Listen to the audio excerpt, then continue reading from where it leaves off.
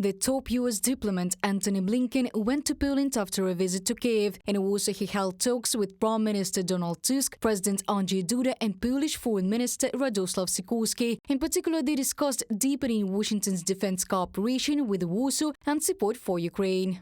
What we learn from our Ukrainian partners will inform discussions that we'll be having with other allies and other partners in the days and weeks ahead as we work through and think through the coming months. And it's very fitting for us to begin that conversation with our allies here in Poland. As the West, we should continue to deliver Ukraine advanced air defense systems and also, in our opinion, lift restrictions on the use of long-range weapons.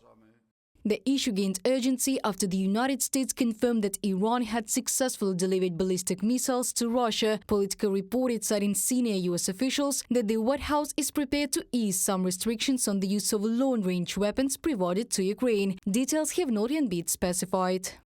The current conversations between Washington and Kyiv mark a significant change in tenor from the ones the two countries held earlier this summer, and it signals the Biden administration may be ready to finally agree to Kyiv's request to enable Ukraine's military to more forcefully defend itself, from a publication by Politico. In Kyiv, Antony Blinken said that the United States was determined to provide Ukraine with everything it needs to succeed. Meanwhile, a group of Republicans on the House Armed Services Committee called on President Biden to lift restrictions on the use of American long-range missiles by the Ukrainian armed forces to strike targets in Russia. At the same time, they say they do not share concerns about a possible escalation. Russia must not be given a sanctuary from which it can execute its war crimes against Ukraine with impunity. The Biden-Harris administration's senseless restrictions, combined with the long-standing slow rolling of critical weapons approvals and deliveries, are hindering Ukraine's ability to bring this war to a victorious conclusion. From a letter on the website of the U.S. House of Representatives Committee on Armed Services. London should lift restrictions on Kyiv's use of Storm Shadow missiles to strike targets deep into Russian territory. This opinion was expressed by former British Defense Minister Grant Shapps. According to him, amid recent Russian airstrikes on Ukrainian cities, in particular using guided air bombs, the UK should urgently approve the use of its long-range weapons.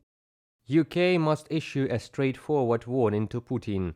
If you continue to murder men, women and children with glide bombs launched from Russia, then we will lead the rest of the world to authorize our long-range missiles to take out your launchers, regardless of where they happen to be.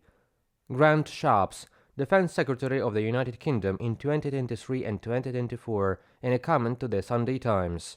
Long-range ATACMS and Storm Shadow missiles are already delivered to Ukraine, and they are used against the Russian army, but not deep into Russian territory. Their range is up to 300 kilometers. Since Storm Shadow missiles contain American components, permission from the United States is required for their use. According to experts, we may also be talking about US-made air-launched cruise missiles, JASSMs, with a range of 370 kilometers. They have not yet been delivered to Ukraine, but the American press is discussing this possibility. Reported by Diana Kolesnik, Христина Домбровська, UATV News.